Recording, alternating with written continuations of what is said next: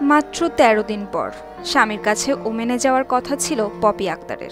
হয়তো নতুন জীবন শুরু করার স্বপ্নে ভরে উঠেছিল তার মন। পরিবারের সবাই অপেক্ষায় ছিল সেই দিনটির।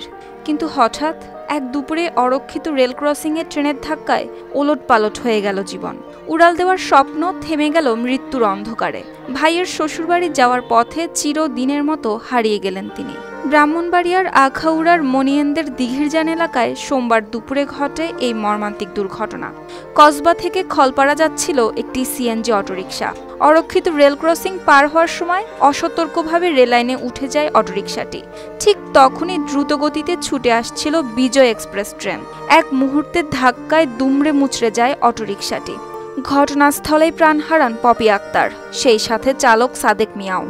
এলাকাবাসীর ক্ষোভ, এই অরক্ষিত রেল ক্রসিংয়ে এর আগেও ঘটেছে বহু দুর্ঘটনা। প্রতিবারই গেট আর প্রহরা নিয়োগের দাবি ওঠে, কিন্তু অবহেলার কারণে দাবি রয়ে যায় কাগজে কলমে, আর জীবন ঝরে যায় বারবার।